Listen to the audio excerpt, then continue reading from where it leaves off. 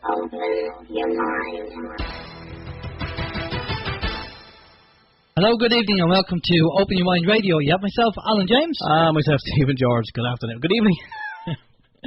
Harry. It's one of them evenings. We're actually in Studio 2 at the moment, and we are testing out the new SAM software.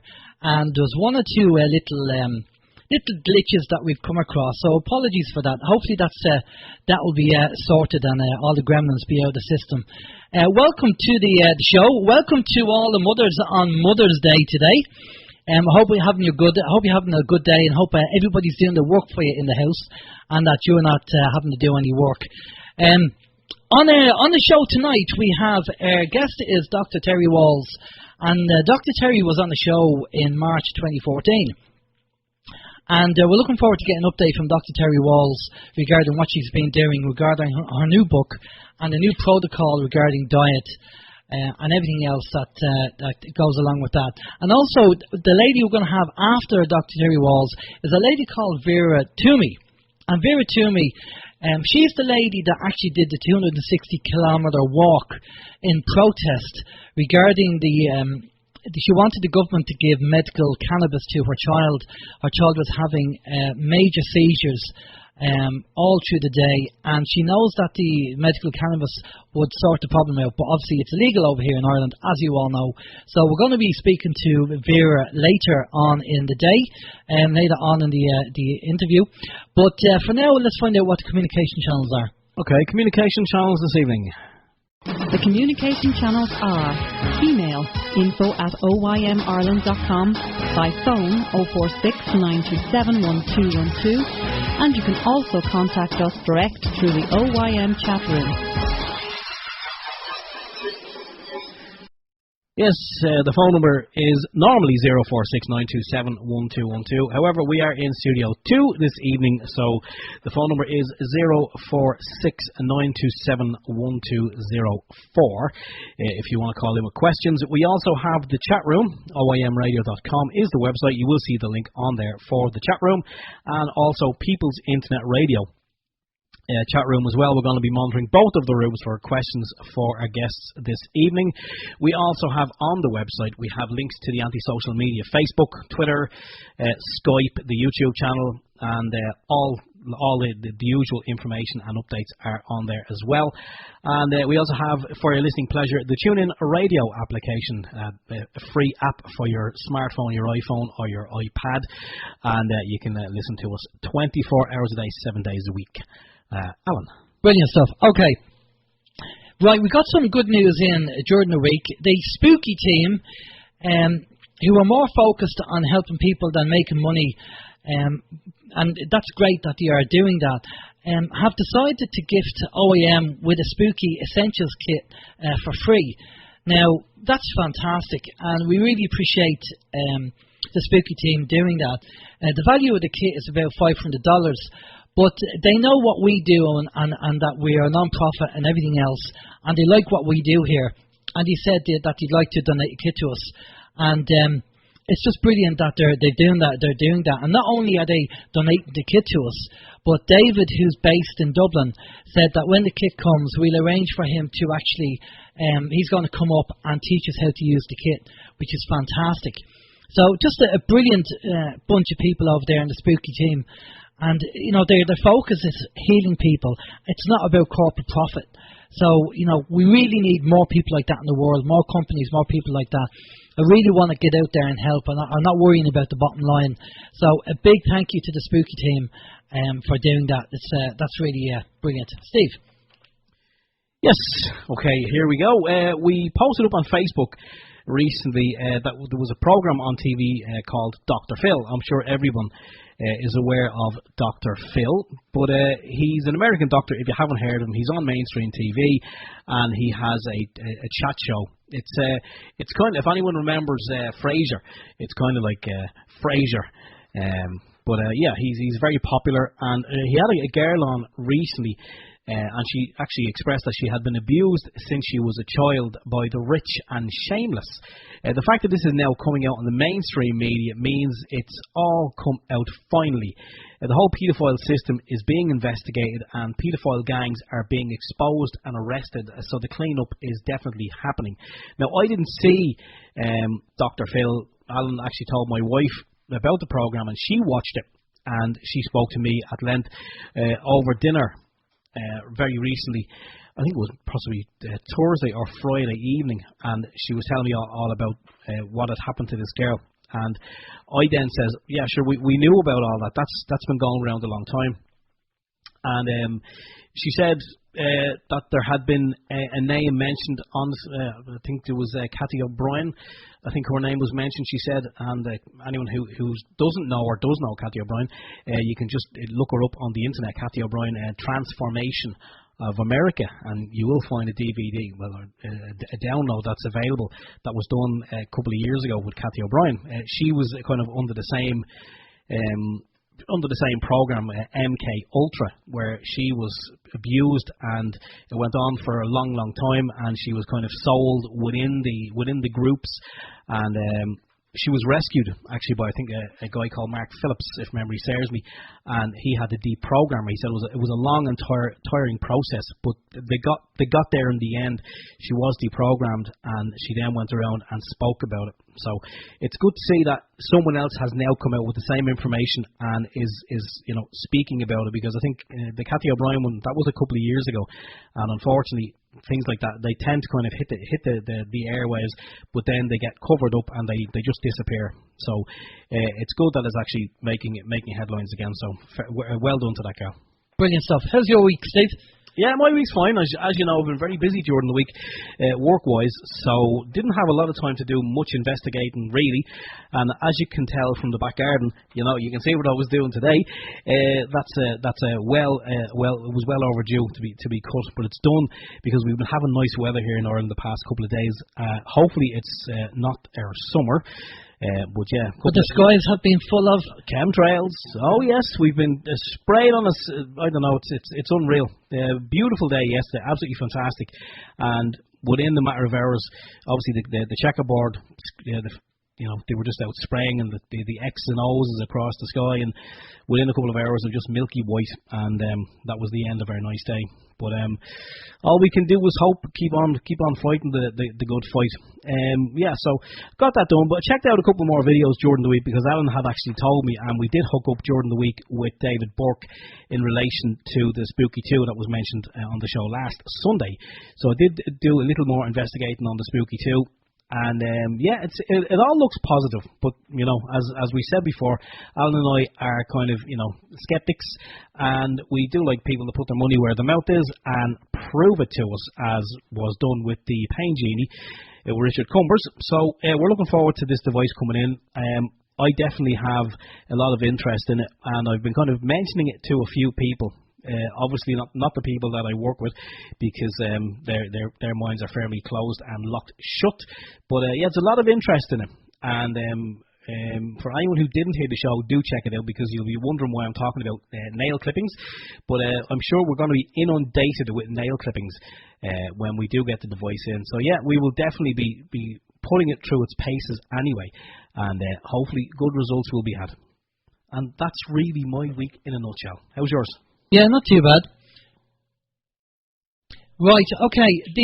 Now, for some of you who may know that the Vax movie and the people who are anti-vaccine are doing tour at the moment in Ireland and the UK.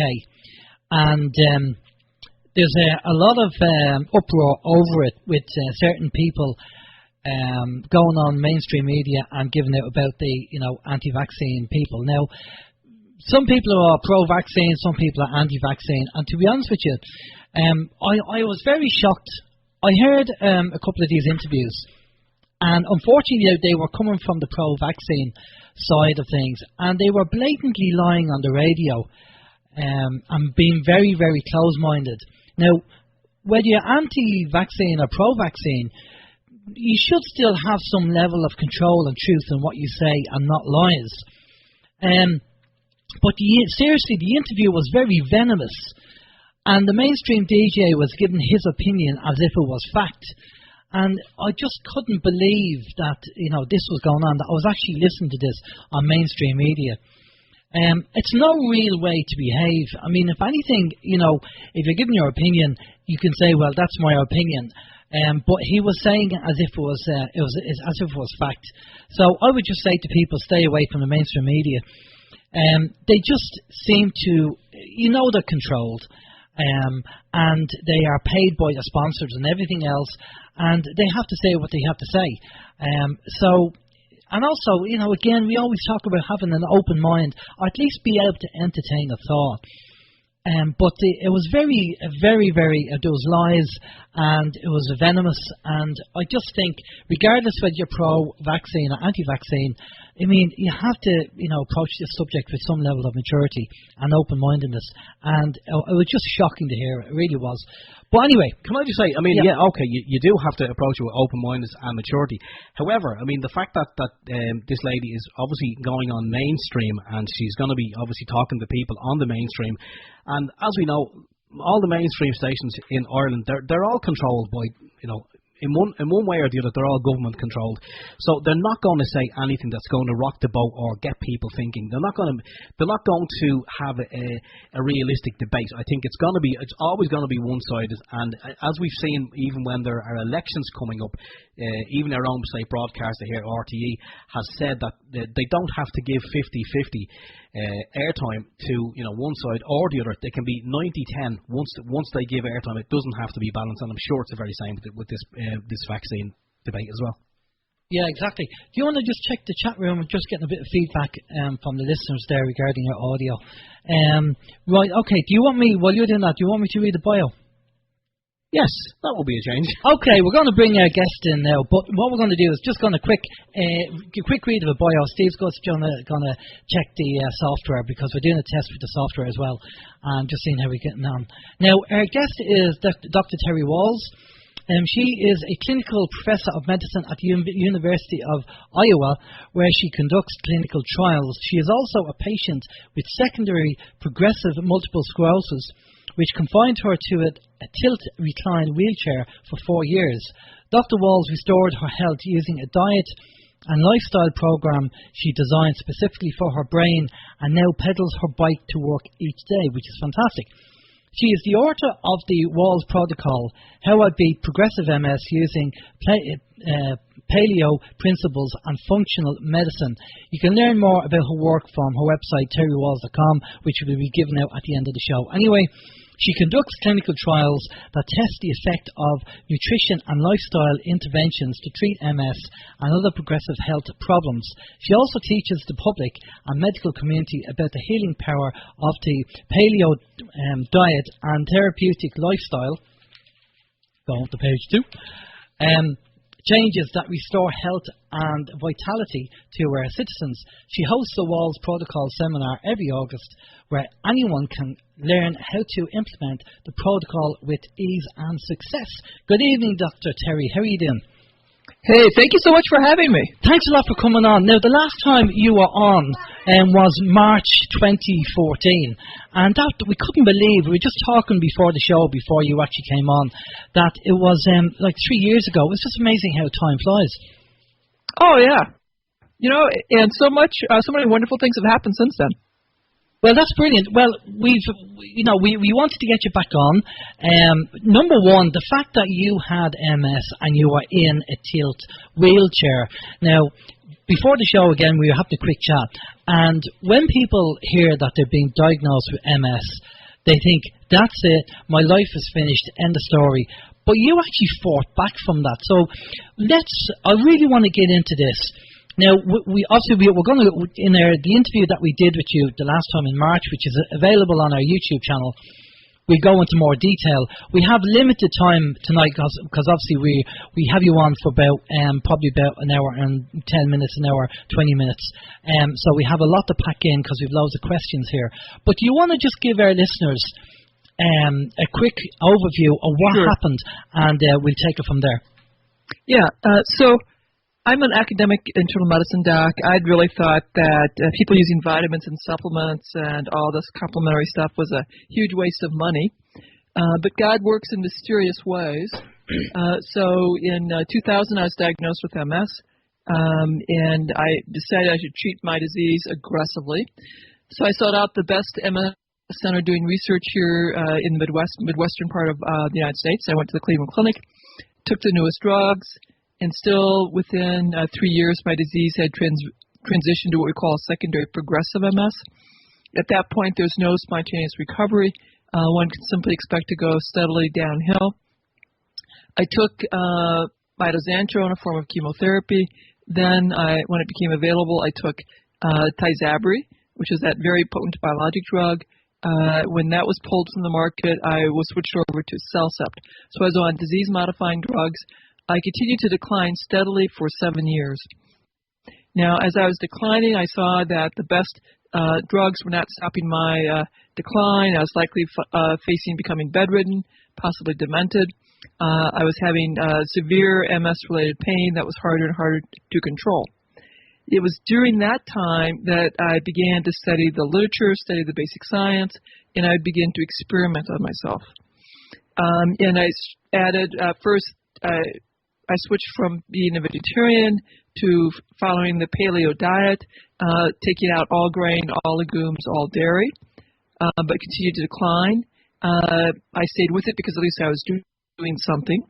Then I started reading and experimenting using vitamins and supplements, and I realized I was slowing the speed of my decline, that if I missed my supplements, I was even more exhausted. By the summer of 2007, I was so weak I could not sit up in a regular chair anymore. It was a struggle to walk 10 feet. I was severely exhausted by 10 in the morning, and I had pain that was getting more difficult to control. I was still working because the university had redesigned my job multiple times to help me continue to work. It was that summer that I discovered the Institute for Functional Medicine. I took the course on neuroprotection, had a longer list of vitamins and supplements to add, and then I had another really big aha moment that I should redesign my paleo diet using these list of vitamins and supplements as to target the nutrients I needed to take. And so I redesigned my diet, I redesigned my lifestyle in a very specific way to maximize the health of my brain cells and the health of my mitochondria.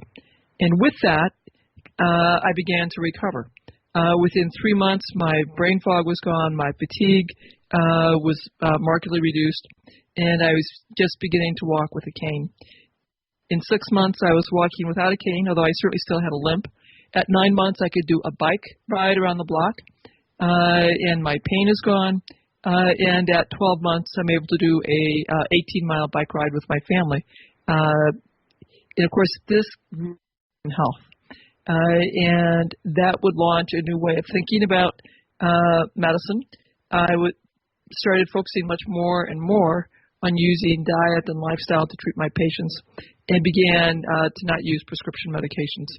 And it would change the research that I do. So I'll hand it back to you guys, because I'm sure we'll have some more questions. But that is sort of the big high-level view of what happened.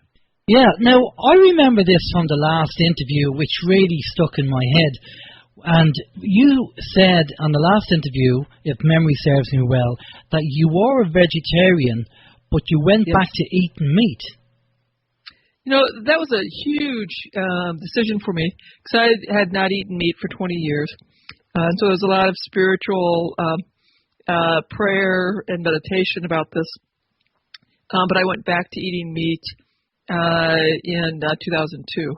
Now, the following year, I needed the tilt-recline wheelchair, but I stayed with the paleo diet because after reading the science, I decided there was a scientific rationale, and I wanted to be doing something.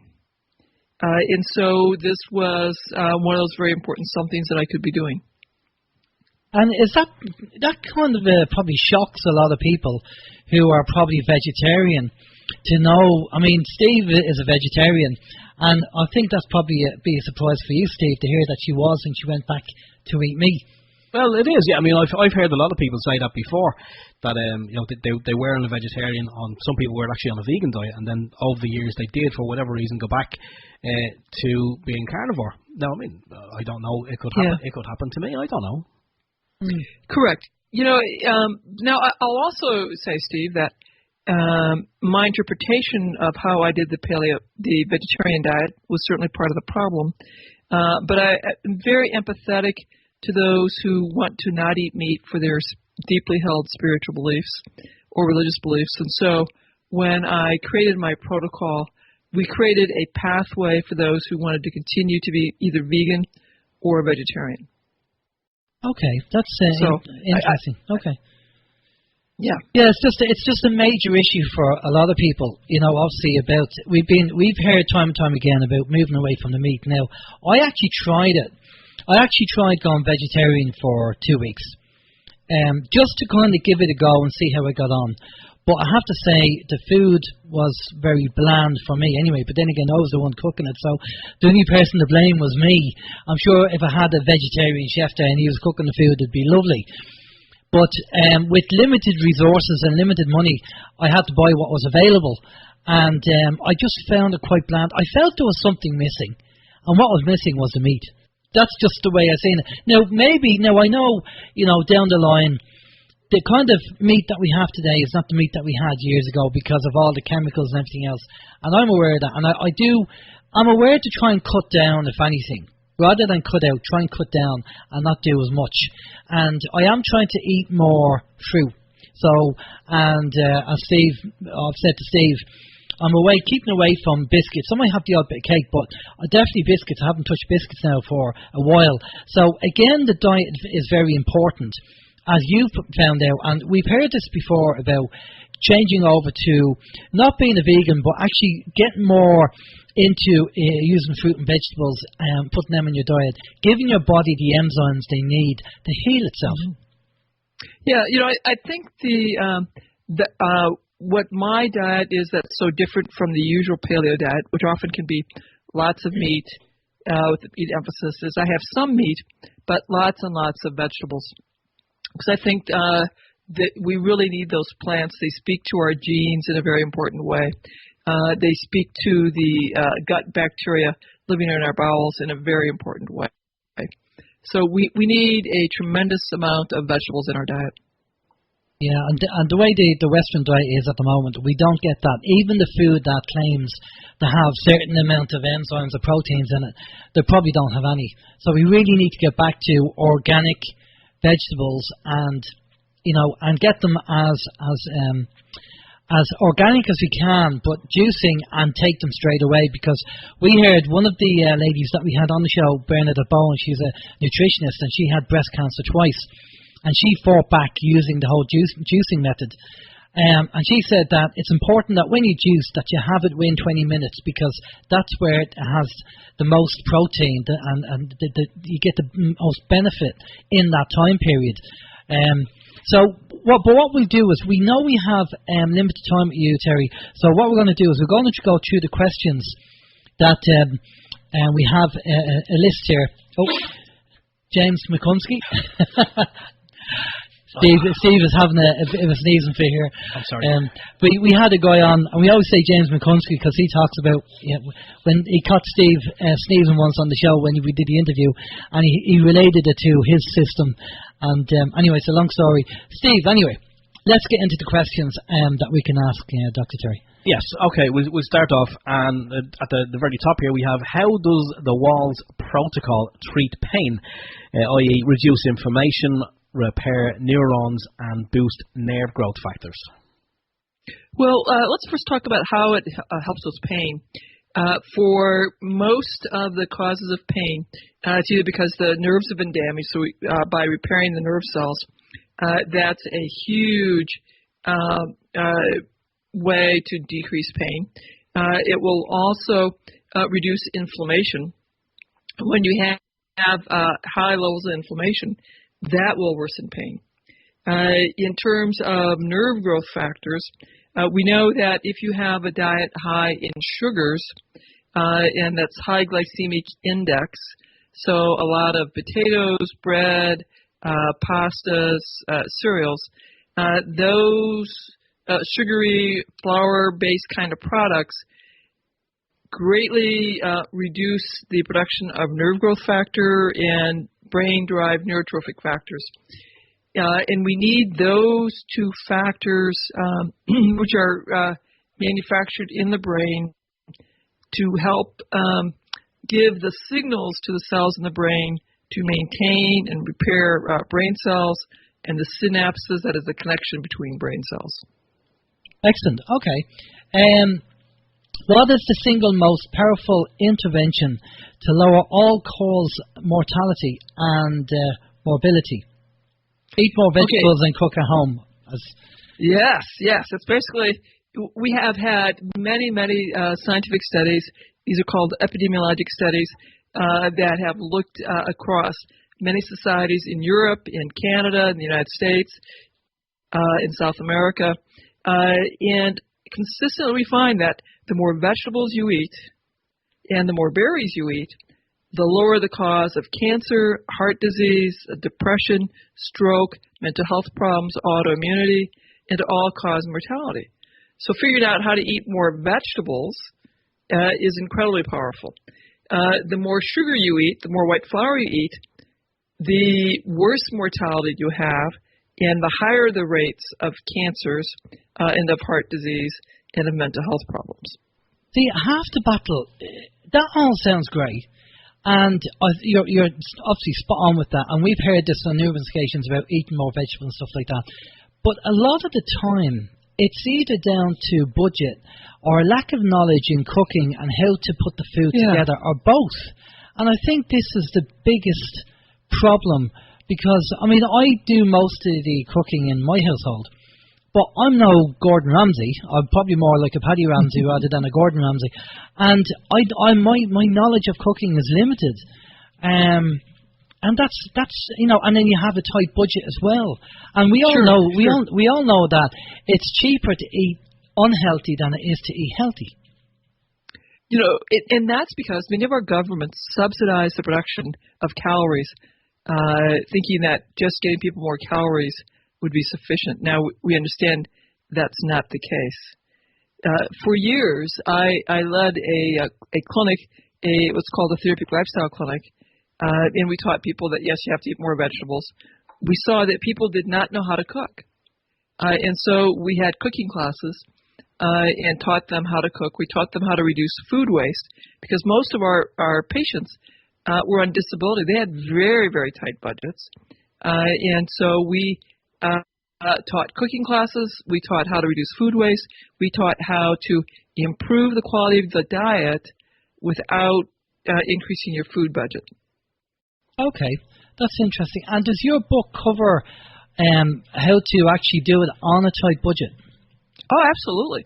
And that's why I wrote the book, because I was so moved by the people that I saw in our lifestyle clinic whose lives were transformed by taking our cooking classes. And we worked hard on teaching people how to do this on a budget and teaching them how to cook.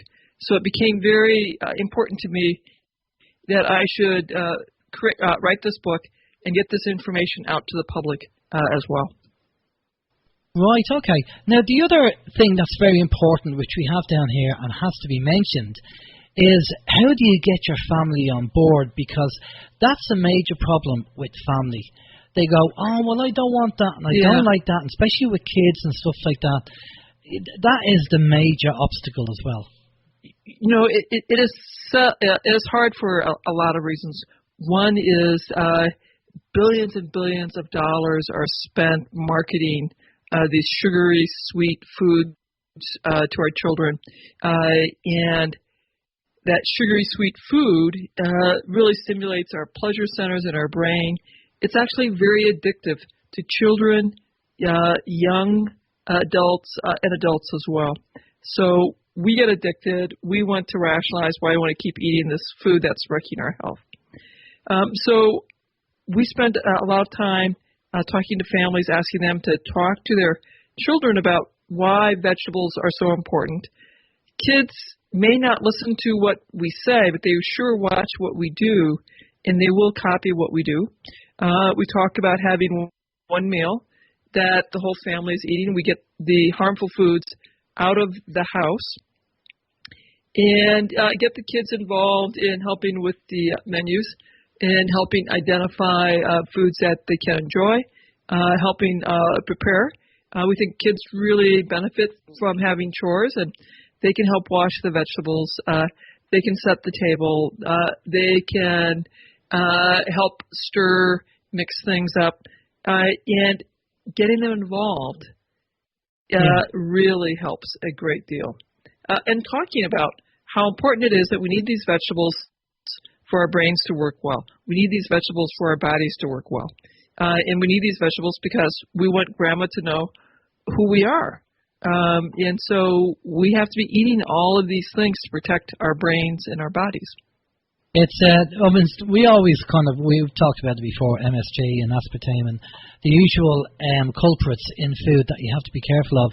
White sugar, and we've now switched over to the like of Himalayan salt rather than normal salt. So I use Himalayan or Celtic salt, high in magnesium. Yes. Which I have to say, I do have a kind of war wound on my knee, and ever since I've been on the Himalayan salt, I haven't been bothered with that whatsoever. Because I was told that as I get older, I would get rheumatoid arthritis in the knee.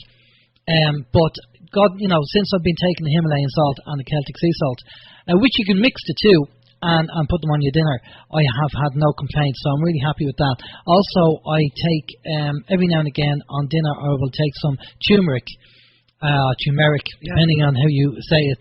And I also find, I've been told that's very beneficial. Also, another thing I've tried, I just got this weekend to try was goji berries or goji berry juice. Oh, yeah. Yeah, goji berries, I believe this is native in the Tibetan region. It's been certainly has many, many health benefits with it. Great source of protein, great source of some potent antioxidants. However, I remind everyone that we don't need to be flying food from all over the globe.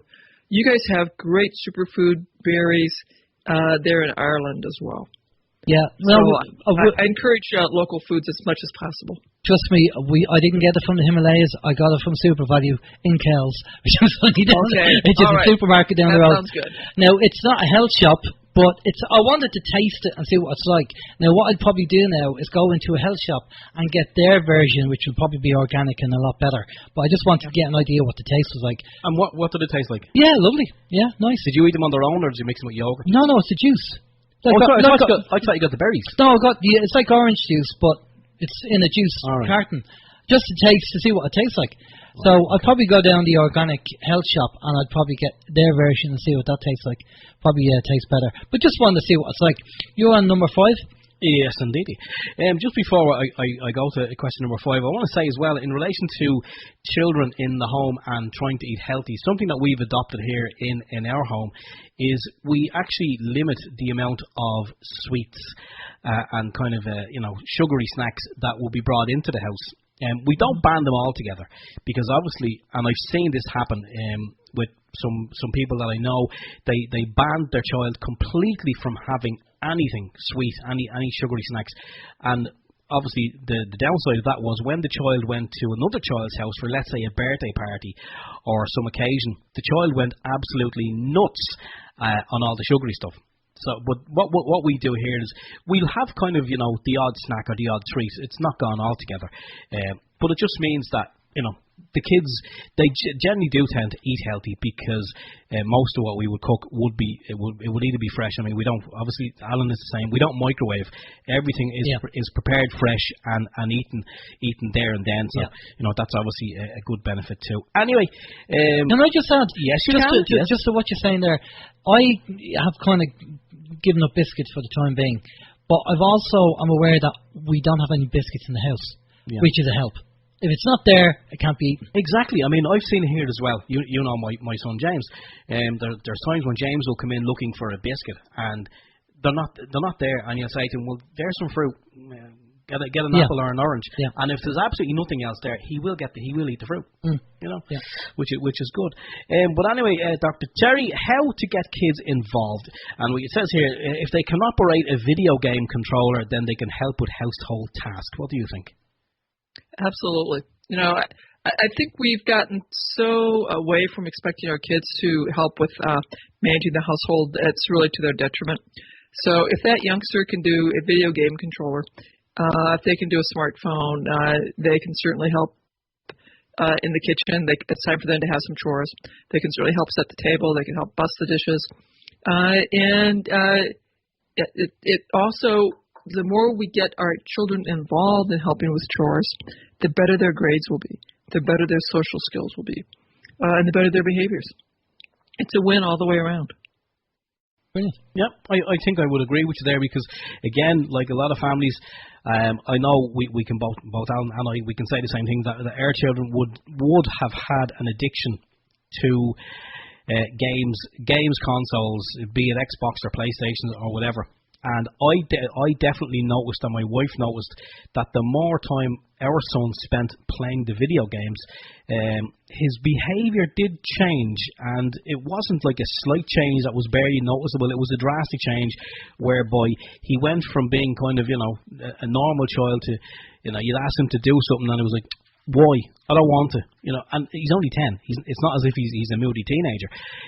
But we attributed that to the video games that he was playing. So he went cold turkey for a week, and I have to say, a week without video games, he was a different child. He really was. So now his usage is curtailed. I think he has it's 2 hours a day maximum. And again, that's only after homework is done and chores. And the chores have to be like in a lot of homes, the chores have to be done to my standard or my wife's standard, not the child's standard. So I think that makes a difference too. Excellent parenting. Thank you very much. Well done. I'll give you a gold star. Okay. Anyway, now question 6. Can you update, Dr. Terry, can you update us with your research program? Oh, sure. So since I was here in 2014, we've conducted a couple of clinical trials. We had a lovely pilot study where we enrolled 20 subjects with progressive MS. So that's the phase of the illness where you don't expect spontaneous recovery. And we gave them the same interventions that I used for my recovery: diet, lifestyle, targeted vitamins. And we're able to show that quality of life improved, fatigue went remarkably down. They were able to implement and sustain this change. So that was very exciting. We then enrolled a group of people who had a randomized, so some folks, you could either get enrolled into the you would be consented, then you'd be randomized either to have to wait 12 weeks or to begin the steady diet immediately. And we're able to show that when you compared the people who had to wait, so the control group, to the people who got the steady diet, again, the intervention had a greater reduction in fatigue, higher quality of life. We have a trove of data. So that's 3 papers we've gotten out so far since I was on last time. We have a trove of data that we have from that very first study that we are slowly analyzing. And there'll be a paper coming out in April that describes the changes that we observed in mood and in thinking ability as they implemented the steady diet. And so that's going to be very exciting. And we have the funds now to analyze the structural MRI data from that first group. And that'll probably be another year before we'll be able to have that paper going out. What's the, can I just ask you, what's the reaction of the people who are suffering from MS that you're treating and they see their symptoms improving? Well, one of the ladies that we enrolled in our first study, secondary progressive MS, was still working part-time when she enrolled. She had just made arrangements to go move into a living center because her son was graduating from college, was going to move away, and she knew she couldn't function without him.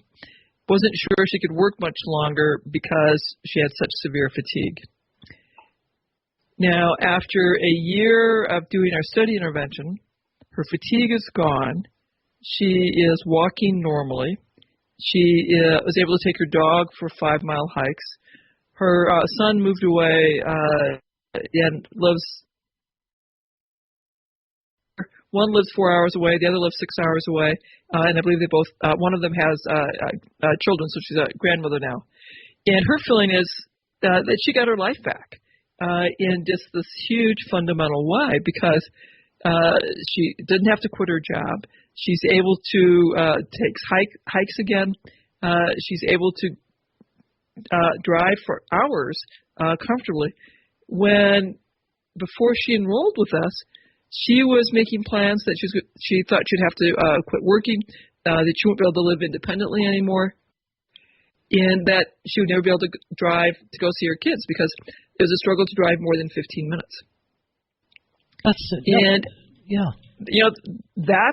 it's those kinds of stories that we hear from people who have been in our clinical trials, people who follow me on Facebook, the thousands of followers that we have, give us these very moving stories about how they're getting their lives back. And really, it's not just MS. It's really a wide variety of autoimmune and other chronic health problems.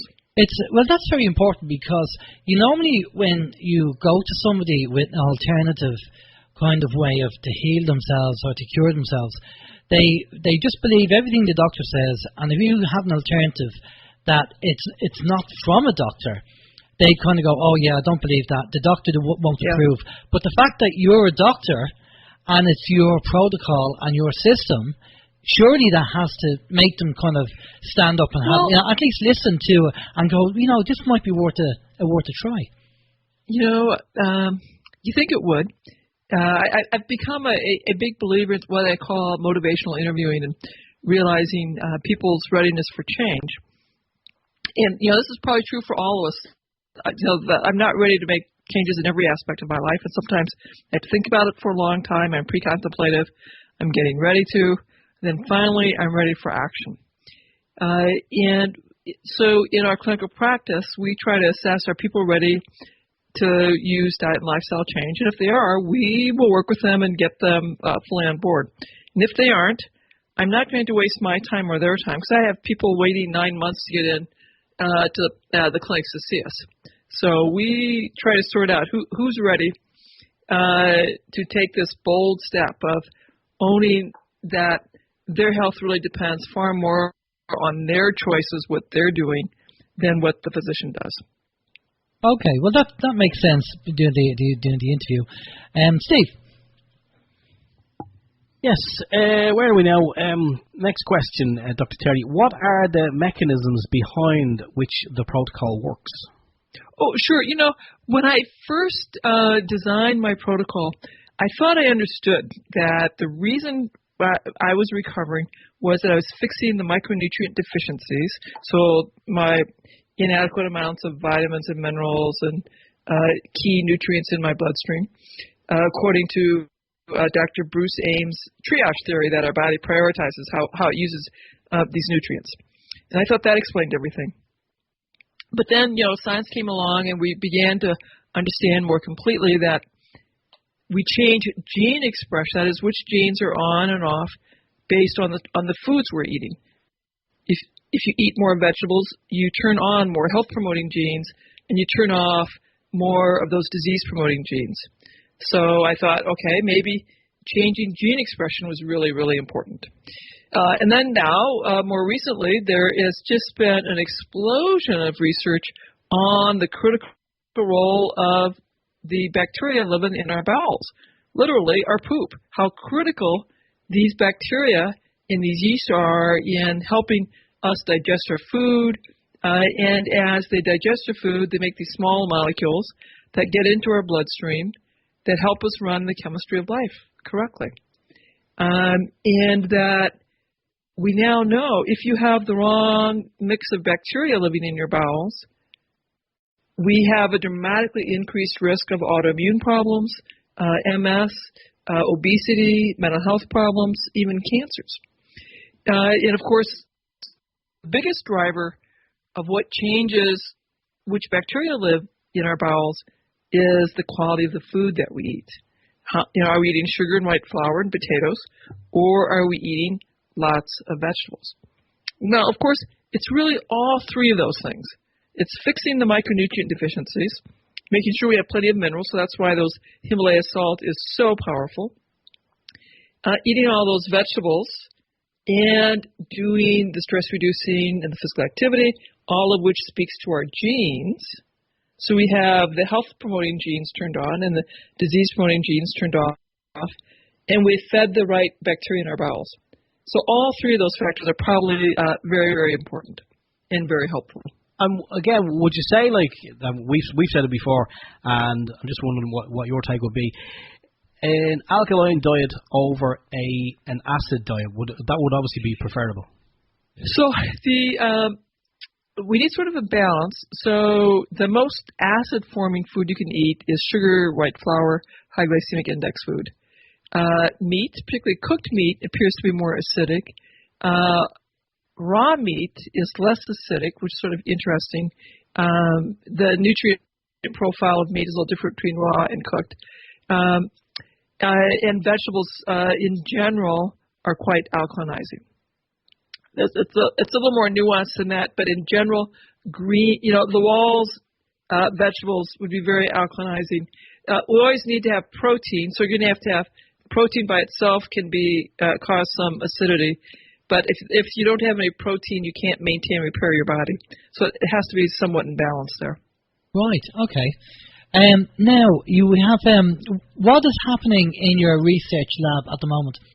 Well, because we had so much success with those first three studies that I talked about, when you write your grants, you put out your preliminary data, we are now funded by the National Multiple Sclerosis Society from the United States to conduct a study where we compare the SWANK diet, which is a low-saturated fat diet, to the Wahls diet. We'll enroll 100 folks. I think we have 26 enrolled so far. And we observe people for 12 weeks, and then we randomize them into either the SWANK diet or the Wahls diet, and we train them in the two diets, and we continue to observe them. They come back in 12 weeks for a reassessment, and then they come back again in 12 weeks for reassessment. It's always great fun to do the research, but it's immensely satisfying because now that I am funded by the MS Society, it gives people around the globe the chance to say, you know what, I want to use the same diet that Dr. Wahls is studying in her research protocol. Because now that takes my protocol out of eccentric or odd or unscientific or unproven, because the fact I'm a funded researcher and I have funding to study the diet, that's a lot of pure acknowledgement that this is scientifically sound and has a high probability of being successful. Excellent. Now, we have loads of questions coming in, and we still have a few questions here. So we're going to do some quick firing on some of the questions. I'm going to combine two into one, and we try and get through them. One of them is, what other illnesses could the diet help? And if you don't have any chronic illnesses, would this diet make a difference? We sort of see it to be very helpful for other autoimmune conditions like rheumatoid arthritis, systemic lupus, psoriasis, eczema. It's been very helpful for diabetes, obesity, mental health problems, post-traumatic stress disorder, traumatic brain injury, early Alzheimer's, Parkinson's disease. Great for all of those things. We've had athletes begin using this to improve their athletic performance and speed recovery from injury. Right. What about dementia? Would it help? This would be great for dementia. We've had some very good success with moderate dementia, reversing the decline, stopping the decline, and then steadily improving that individual's function. So we've had some very nice success with that. Yes, brilliant. Okay, because we will get into, also we need to touch base because you're in the States, you've been over in the UK, you haven't been to Ireland yet. Obviously, you're based over there, your clinic is over there. For people that are not in the States, I just want to, something that we need to talk about probably at the end of the show when we're getting all your details, how people can apply this protocol remotely. But we will get to that at the end of the show. With the other questions we have, and Steve has a few from the listeners. Again, anytime we get a doctor on the show, you always guarantee there's going to be loads of questions, which is a great thing. Right, now, as a medical doctor, what is your opinion on the dangers of vaccines? This is a controversial topic, so I can't speak to all of it, but I'm going to raise a couple of very interesting questions. One, for millions of years, humans have been getting these early infections as children, bacterial and viral, and that helped educate our immune cells. There's a very important theory that the absence of these infections may be linked to why we have such a sharp increase in the rates of autoimmunity. So one hazard of vaccinations is the fact we don't get those infections that we used to get when we were small children for thousands and thousands and millions of years. The other area of concern would have to do not with the vaccine, but with the compounds added to the vaccine that help trick the body into responding to a dead bacteria or a dead viral particle. In that extra compounds called an adjuvant, that can be very irritating. It can increase the inflammation. And there really have been no studies that have looked at what is the safe daily dose for an adjuvant and what is the safe lifetime dose for the adjuvant. So I think those are two important questions, totally independent of the question of the safety of the actual vaccinating agent that live or killed bacteria or virus particle. Well, this is the question we have, obviously, with this is that we've had a look at the ingredients in, say, the flu shot, which was very big. Everybody was saying, get the flu shot. And in the ingredients, I had formaldehyde and heavy metals. Yes. And, if anything, the last thing you want to be doing is putting in formaldehyde and heavy metals into your body anyway. Yes, those are those compounds that I called adjuvants that trick your body into responding to an organism that your immune cells would immediately recognize as dead and no threat. Yeah, I mean, I know it's a controversial issue, and we can't really go into detail with that. But I just wanted to get your opinion on that. And the last question that we have here in the list before we go over to Steve and the listeners' questions, something that was asked, and I said I'd mention on the show, is that how does your protocol deal with women who are going through the menopause? This is extremely helpful, and I actually, in my book, have a great chapter on dealing with hormonal balance, and I talk about estrogen, how to help process estrogen more effectively to decrease your risk of breast cancer, and how to give more support for people who have severe hot flashes, severe painful periods, infertility issues. These are things that respond beautifully to diet and lifestyle. I can't go into that detail here, but there's a great chapter about it in my book. So I'd have people pick up the Wahls protocol, either the hardback or the paperback, and then get the cookbook to learn how to make those yummy meals at home. But this is very responsive for menopause. Excellent, because that was one of the questions that we were asked to ask you regarding the diet. Right, I'm going to pass over to Steve. Steve has all the listener questions there. Steve? Yeah, I just want to jump back very, very quickly just to say about the adjuvants in the vaccines. Yes. I was kind of surprised when you said that there has been no long-term study done on the effects or the safe levels of those in the body. I think that's... I think that's troubling. Now, it's certainly possible that may have changed since I've last looked at that question, and I last looked about 3 years ago. But that would be a great area for research. There's, unfortunately, I'll certainly acknowledge that vaccines have saved millions of lives. The polio vaccine, the smallpox vaccines, measles, mumps, measles in particular, have saved millions of lives, no doubt about that. When we started expanding the vaccines into more and more diseases that have a smaller public health impact, then the public good versus the public harm becomes less clear.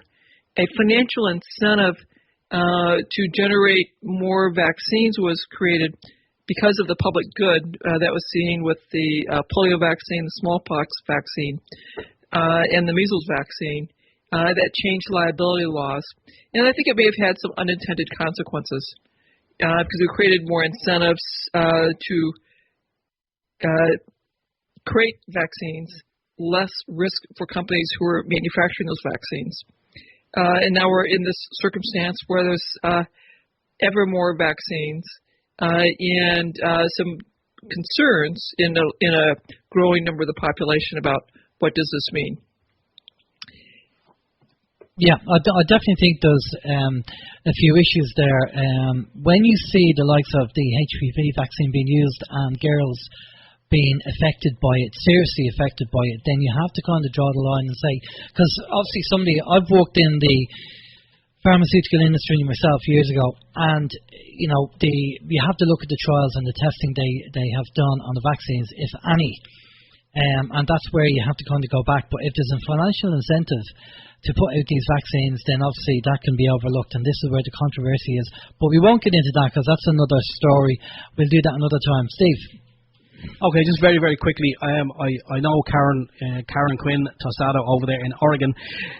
She has just stuck up some information there, and I'm just going to throw it out there just to get it out there.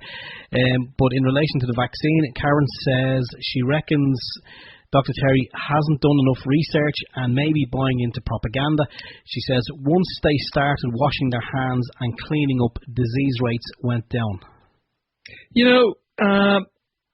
I'm going to say certainly vaccines is not my area of expertise, so I don't feel like I can comment on it other than some high-level observations that I've already made. My area of expertise really has much more to do with autoimmunity. Yeah. Okay, that's fair enough. Yeah, that's absolutely fair enough. Another question here. What does your daily routine, your diet, your exercise look like? And what about the ratio between fruits and veggies? Okay, so I typically will have either one meal or 2 meals a day. If I'm on a 1 meal a day, I'll just have tea or water in the morning, and I have all the foods I'm going to eat in the evening. And the reason I do that is having a longer time period without food stimulates the number and the efficiency of the mitochondria, or the power plants of my cells, which is really, really great for us. If I'm having 2 meals a day, my morning would consist of a smoothie, and I typically go back and forth between a green smoothie, so greens and some fat, olive oil, coconut milk, and other omega-6, omega-3 oils in that smoothie. And then I'll have some leftover protein from the night before, so I might have some sardines, oysters, or pickled herring, leftover salmon. In the evening then is when I cook, so I'll have a huge plate of greens as a big salad, or I'll have some cooked greens, a bunch of cooked. Last night we had a beef bourguignon stew that was really quite delicious, and a huge green salad. And for my beverage, I had chamomile tea, a glass of red wine, and another glass of kombucha tea. And tonight we'll probably have, for our dinner, again, I'll have some fermented cabbage. With that, we'll have some pork brats and sautéed onions, mushrooms, and peppers. Nice. Yeah. You're making us hungry. Come on over. We'll feed you. Yeah, we'll jump on the Concorde if we had a Concorde. That sounds like nice. You know the way some people go on a health diet and they really get into certain. We always have a laugh about it when you get these cooks coming on and they say you have to use this herb and this herb, and it only grows twice a year in the Himalayas, and you think, hang on, we live in the country and we've got a local shop. You know, we can't buy these things, and all these cooks, I don't know what the attitude is. Maybe they're just trying to prove something in their ability to cook. So what you've just described there is probably stuff that we could get down the local supermarket. Yeah, and I felt very strongly about this when I wrote my book and I write the cookbook. This is really for ordinary people. I want simple things. I work all day. I come home. I assume that everyone else is working all day. or they're not working because they're on disability and they're tired. So I want simple ingredients, simple food that can be delicious and can be prepared, and you're ready to eat within 30 minutes. That's brilliant. That's it. That's what you need. That's what the people need. Steve. Yeah. Where are we next? I think when you may have answered this already. You did say sardines, but Chris was wondering, can you ask Dr. Wall, is fish good for our bodies? Well, traditionally, we think that the reason humans were able to grow a bigger brain was we started eating shellfish. And fish, grass-fed meat, great source of the omega-3 fats that our brains need to make that fatty insulation on the wiring between brain cells. Now, unfortunately, there are some challenges we're going to have to think about as a planet because of the radiation explosion in Japan and the pouring out into the ocean. What are the implications of this into our fisheries and the fish? No one really knows. For the moment, I'm still eating fish, and I anticipate that I'll continue to eat fish. But this is an important question. It may be that we'll decide the Atlantic is safer, but in the end, the ocean is completely connected. Grass-fed meat. We eat a lot of lamb and grass-fed meat as well. That is helpful.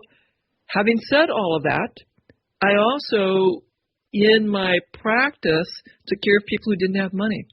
And so for them, I said, you do the best you can according to your budget. If that means you're going to eat conventional meat and conventional vegetables, that's fine. And so if you can't afford grass-fed, and you can't afford organic, and you can't afford wild-caught, I just want people to eat more vegetables, begin cooking at home, and will improve the quality of your diet as your budget allows. Okay. Now, just very quickly, your take on GMOs. Well, I think from my point of view, I would much prefer that people avoid GMOs. There's a lot of labeling concerns. Here in the U.S., the best way to do that is to eat organic. So if you can afford that, that is obviously preferable. I think that, again, this is an unknown experiment that we're doing when we modify organisms. We assume that genes are read sequentially and that inserting a new gene doesn't change the shape of proteins. I don't know that that has been proven. So if people can afford to avoid GMOs, I think they should. Yeah, I totally agree. I wouldn't be touching it myself. Steve? Yeah, in relation to coconut oil, we spoke to a guy during the week, and he mentioned coconut oil. Now, we already know the benefits of coconut oil and cooking with coconut oil because it's obviously a healthy option. But he was saying that if you take 4 tablespoons of the coconut extra virgin coconut oil a day, he said after about 3 weeks, you should notice a lot of changes in your body. Seemingly, the makeup of the oil will start to push heavy metals to the surface, and obviously your body will excrete them. Is that something that you could maybe talk about? I can't speak to the process that caller is describing. I'm not aware of that. I'm certainly aware that if you're taking 4 tablespoons of coconut oil a day, you're increasing the production of ketones. And that would probably have a very favorable impact on the efficiency of your mitochondria, the effectiveness of your mitochondria.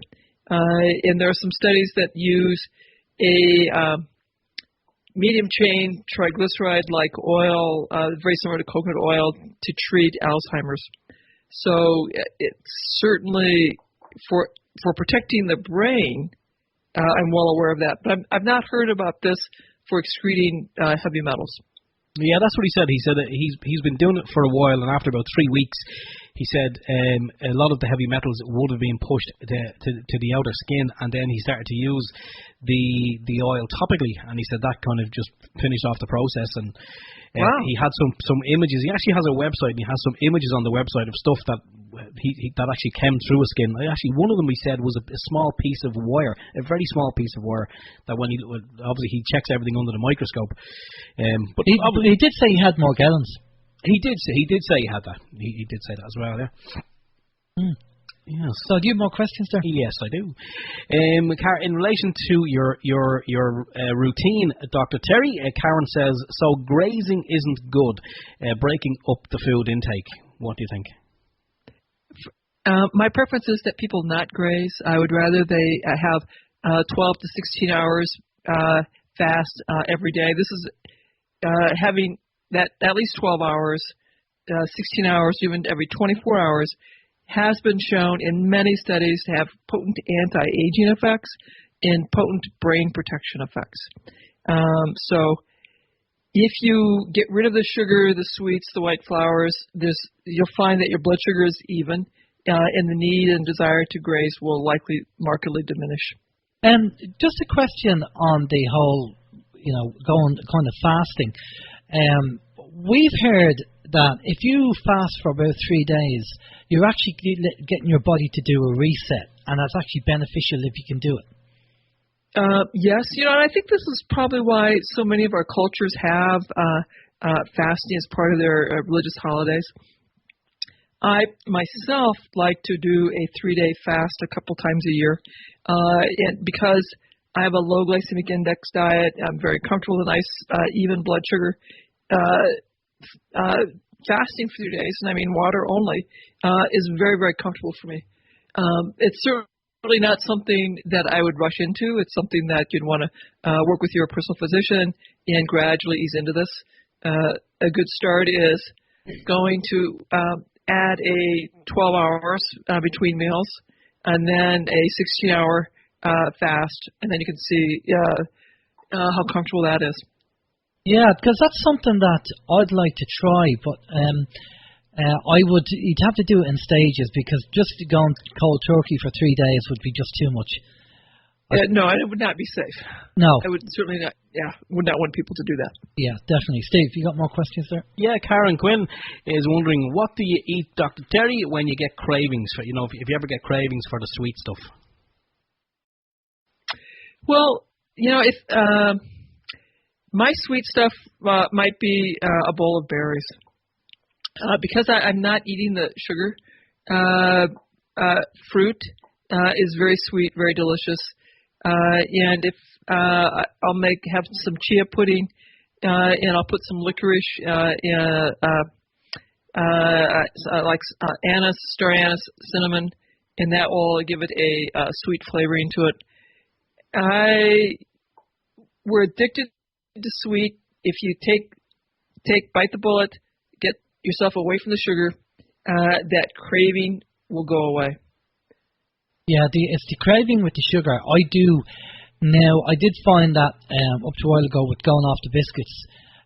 So I do now and again have something sweet just to appease my sugar rush, but it's nothing like like it was nearly every night I was doing the tea and biscuits, and I just said enough was enough, and I feel a bit better for it. But I am obviously looking at things like the goji juice. I'm trying the Himalayan salt, Celtic sea salt, and all these things. I'm just trying different things to see if I can replace. Now I like bananas, funny enough. Did you ever try the spirulina? No, I didn't get around to getting the spirulina. No. Would you be interested in trying spirulina, would you? Yeah. Is it like this, does it taste okay? Well, you know what? Maybe we'll do an OYM first. I'll actually give you some. How about that? What, now? Right now. Right now. Well, we have about 5 minutes left for Dr. Terry.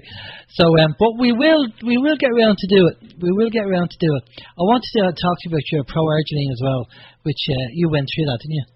I did. Actually, it'd be interesting if Dr. Terry has thoughts on that. Well, okay. Dr. Terry, we heard about a chap that we know, and he went in to go. He was supposed to get a examination. He was his arteries were clotting. Basically, they had the camera to check his arteries, and he said they needed operation to sort it out. And he went on pro-arginine.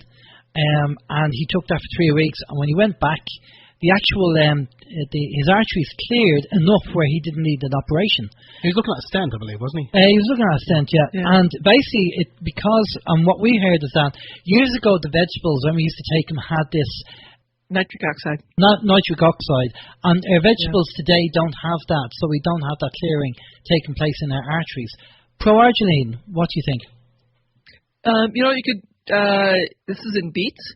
So if you're a huge fan of beets, beetroots, beet juice, beet kvass, you would get a nice dose of that approach through the food that you eat. And I'm sure that's a huge. You also see that in fermented garlic cloves as well. So the same type of approach that you're getting for the supplements, I think, underlies the mechanisms by which the Wahls protocol is likely having this dramatic impact as well. Well, let's talk about that because we're coming up to the end of the interview. Now, as I said, you're based in America. You have your clinic over there. You have people in Ireland, England, in Europe, and they obviously can't attend your clinic. What's the plan of attack if they want to go down this route and try out your protocol and your diet?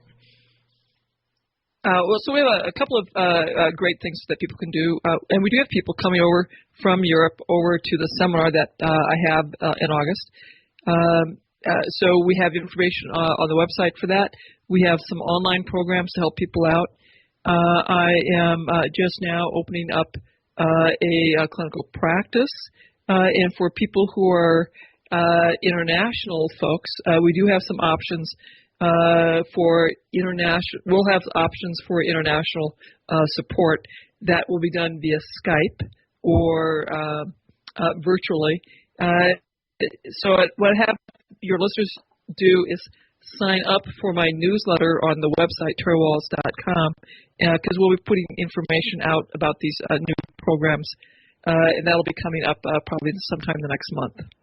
Brilliant stuff. Well, listen, Terry, so we've got to that time. Thank you again for coming on the show and sharing the information. I'm really delighted that someone like yourself, being a doctor and suffering from MS, and you've spent all that time in research, and you're feeling, so much better, and you've actually been able to address it, and now you're sharing the information with people out there. Because I don't know about Steve, but I've seen a couple of campaigns in Ireland where people are suffering from MS and they're trying to raise money or support for the people. And sometimes I feel like going up and saying, look, listen to this interview. This is Dr. Terry Wahls. She had MS and she basically cured herself, or near enough cured herself, by going down this road and doing X, Y, and Z. Why don't you check it out? But, some people just have a closed mind, Terry. I don't know what's the best way to deal with it. Yeah. Well, we can give them information, tell them about the story, tell them, I advise people, think of this as an experiment. Do it ideally for 100 days and see how you feel. And then it's either worth continuing the experiment or not.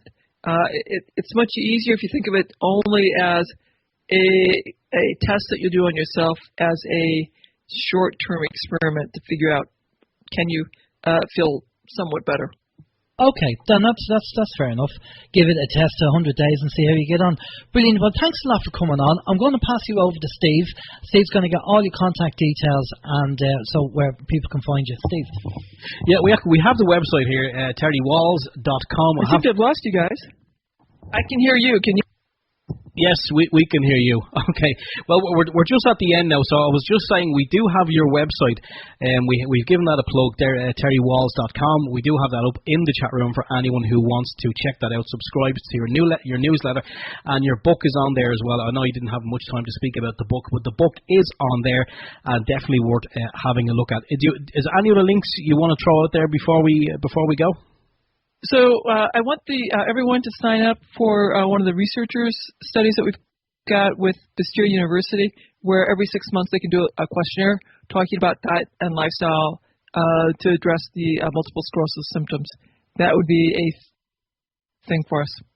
Okay, brilliant stuff. Okay, right, Terry. Stay with us there for a minute. We're just going to go off to a musical break, and we'll be back after this. This is Open Your Mind Radio on OYMradio.com, UnitedWeStrike.com, and PeoplesInternetRadio.com. Okay, we're back. That was a little bit of Wham for all the Wham fans. And I thought my record collection was bad. That's one you borrowed from you. Actually, I was dancing here. I'll have to pump. He was. We need a webcam in here. Anyway, okay, our next guest is Vera Twomey, and Vera has done a 260-kilometre medicinal cannabis protest walk. And Vera Twomey, a mother and campaigner, has recently completed a 260k protest walk to the Dail, that's the government buildings in Dublin, regarding her need to get medicinal cannabis for her daughter Ava. Vera is to hold another protest outside the Dail, saying that nothing else will do except new legislation in this area. Vera's denial of treatment for her daughter Ava is due to the Irish laws, which make doctors reluctant to apply for a special dispensation. Ava suffers from a rare form of epilepsy called Dravet syndrome, and her condition has been treated and has been dramatically improved with the use of cannabis-based oil, CBD. Vera Twomey wants her daughter to have access to a stronger product containing THC. THC is a substance in the cannabis which gives the high, but at low levels has been shown to be useful treating conditions such as Ava's. But the THC contains psychoactive elements. It falls under the Misuse of Drugs Act and is therefore illegal. Cheers, Dave. Good evening, Vera. How are you? Good evening. How are you doing? I don't think there's hardly much more left for me to say after that introduction. Well, right. we wanted. We'll see yourself. There we go, read it. No, listen, I think we have to give you some credit for what you did.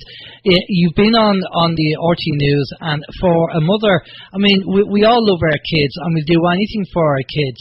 But for you to go the extra mile or extra 260 kilometres, and to walk all the way up to the Irish government buildings, and to, for your campaign to try and get this. Now, we have gone on and on about this on the show.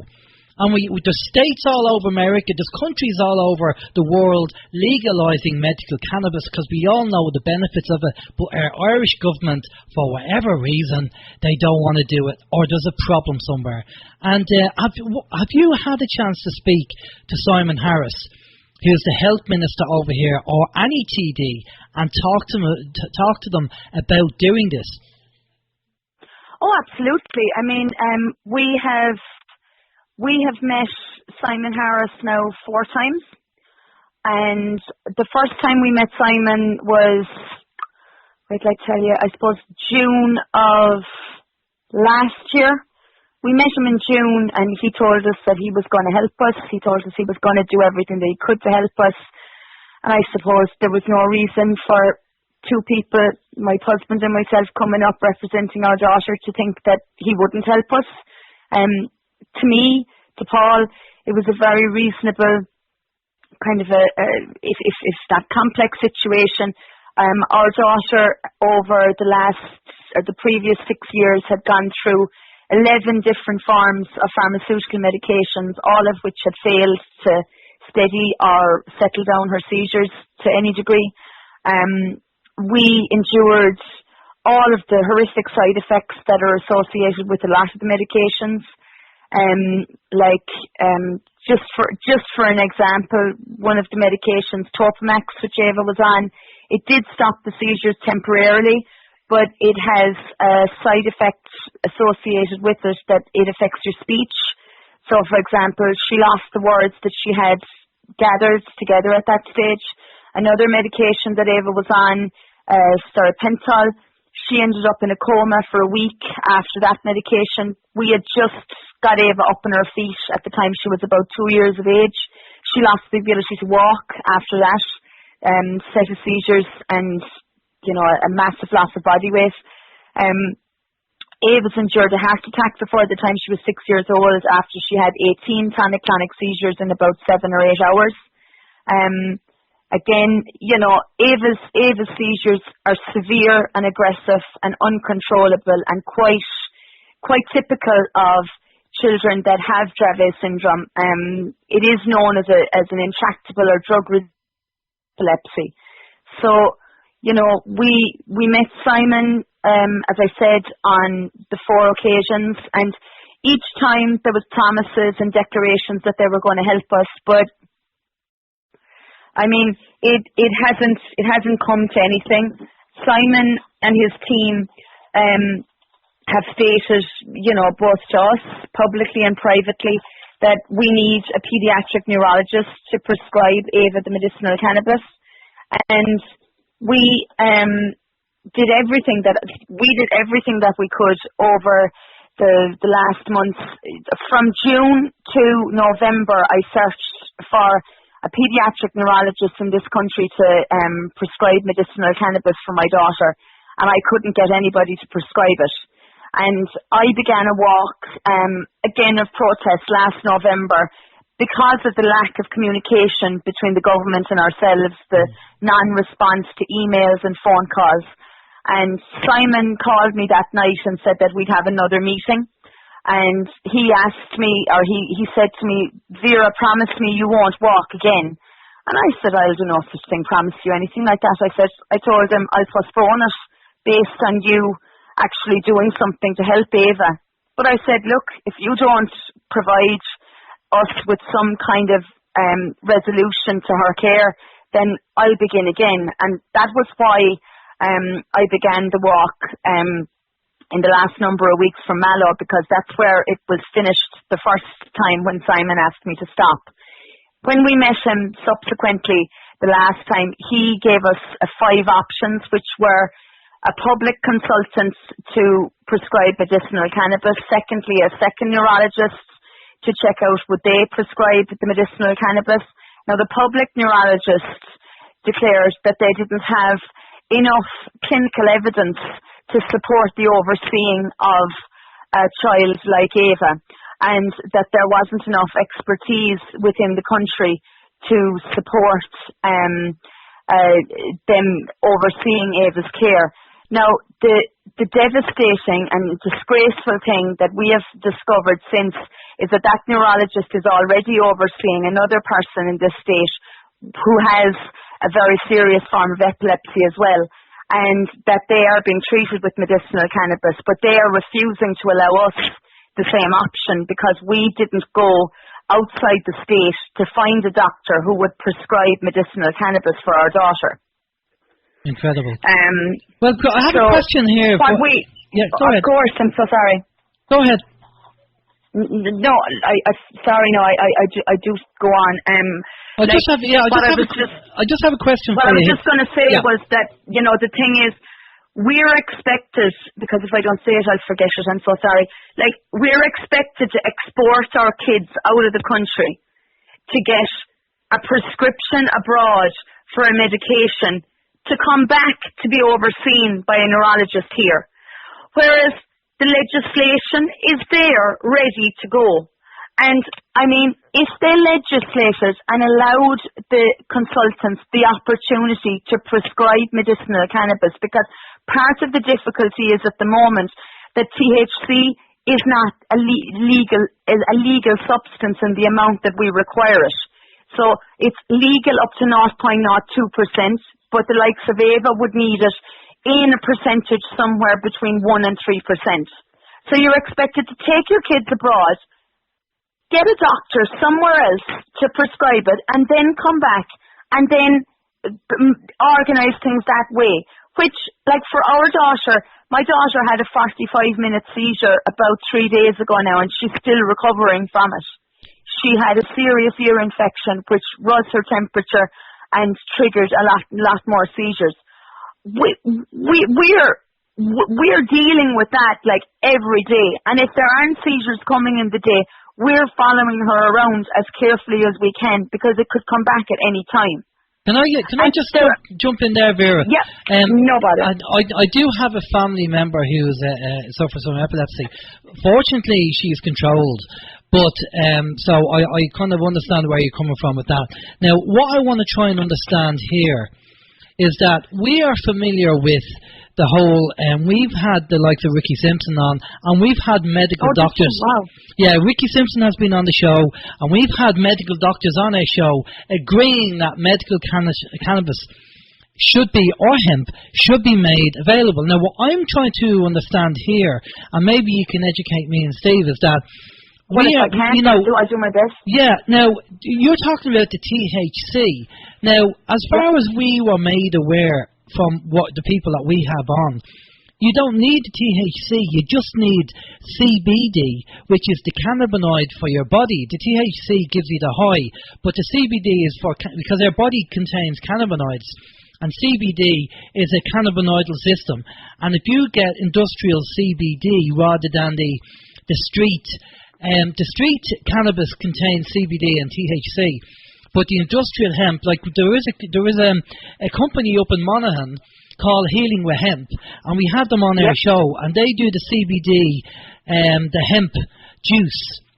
They do indeed, yeah. And they do the CBD. So I'm just trying to understand why you need the THC.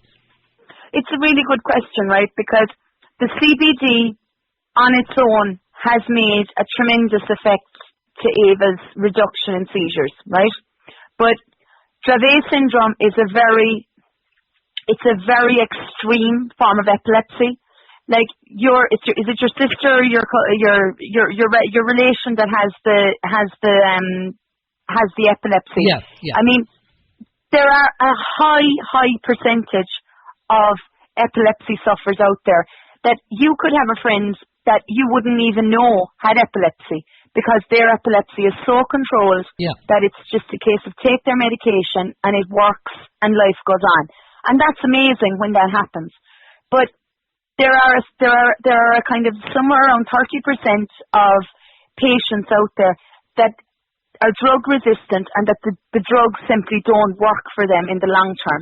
Now, patients that suffer from Dravet syndrome come into that group. CBD on its own is very effective and does work, and it has worked for us.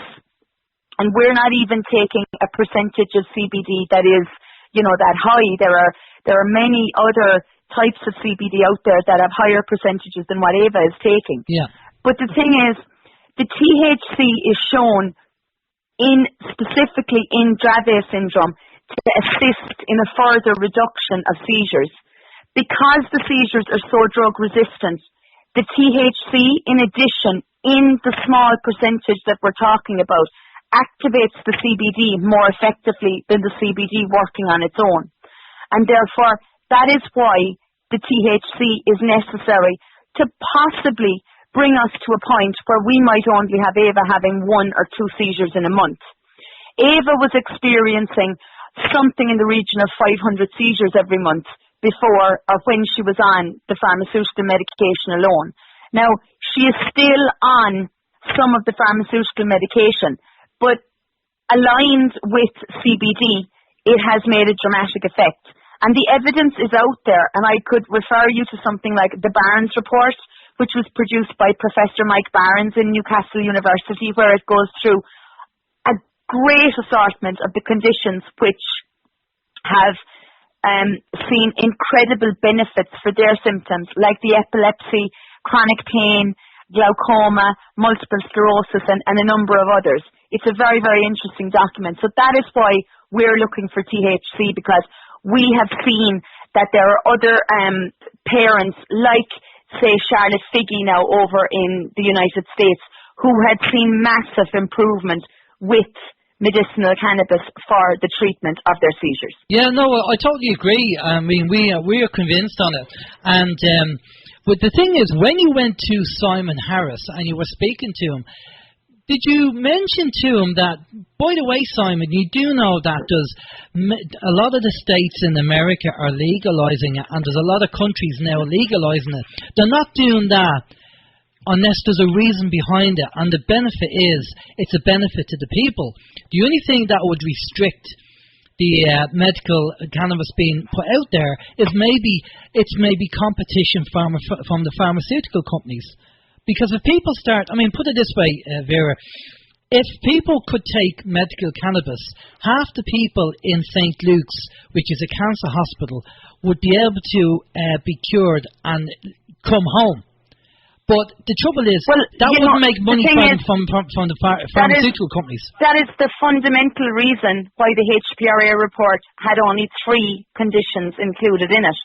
And it's the fundamental reason why chronic pain was excluded from the HPRA report.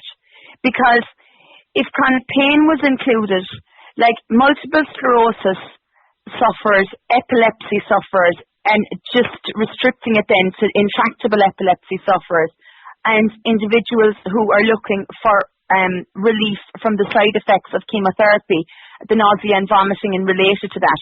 It's a very, very small, tight, restricted group of patients. But if you included chronic pain in that, you would have multiples of thousands and thousands of people who would be able to, if they wished, to try to see whether the medicinal cannabis would ease their pain. Of course. Now, clearly, and only yesterday, I met for the first time, it was a friend who I have had on Facebook for a long time now, and she told me a story of how she was going to give up work. She's a teacher. She was going to give up her job.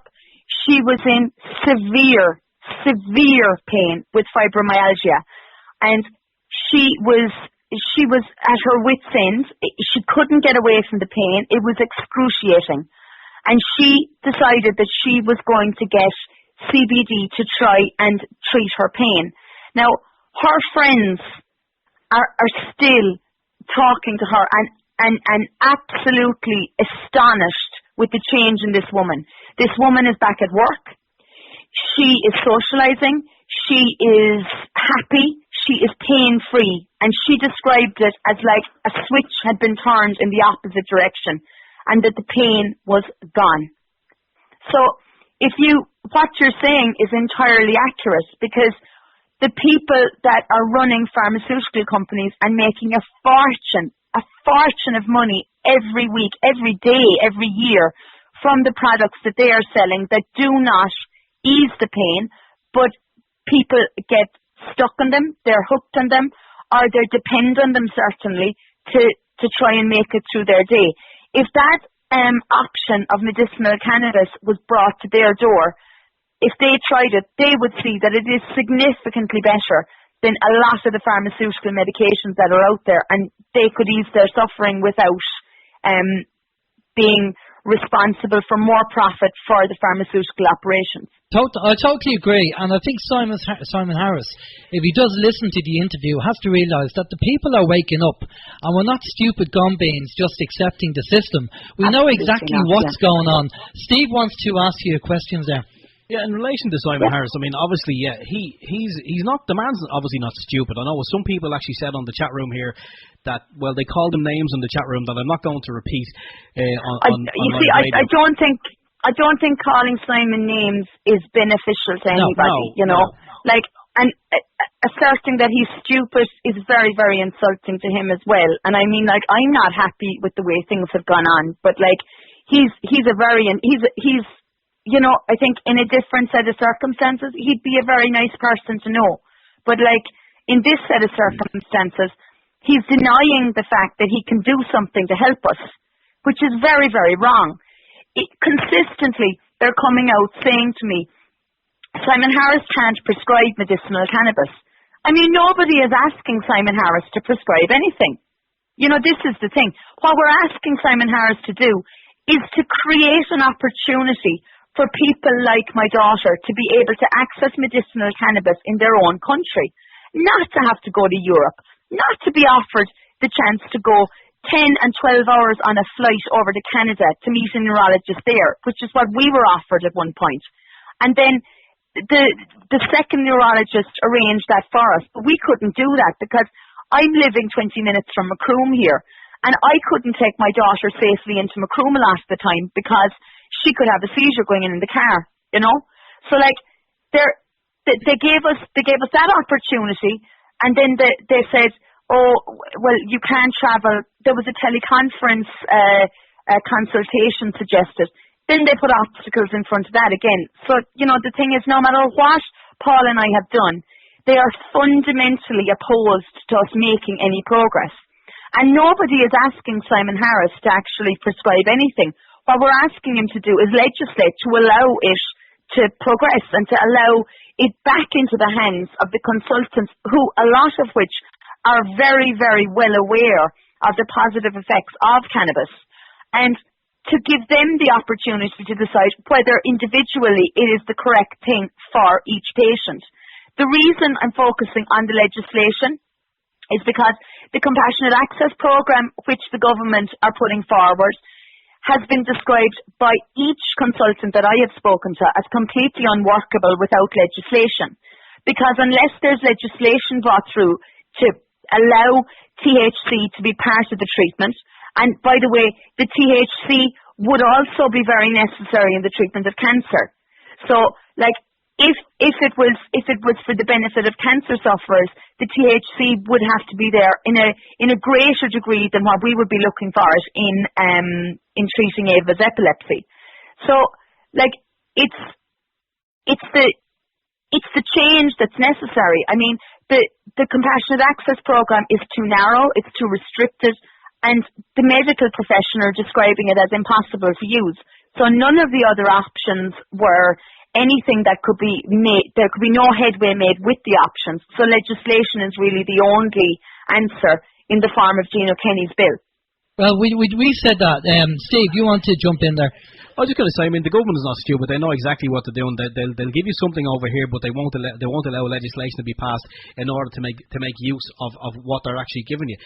But I mean, off the record, I mean, if Simon Harris, was speaking to you off the record, Vera, do you think he actually gets it? Does he know where you're coming from? Does he see the image that you're trying to paint for him, or do you reckon it's just no matter what you say, it's the government who are tying his hands?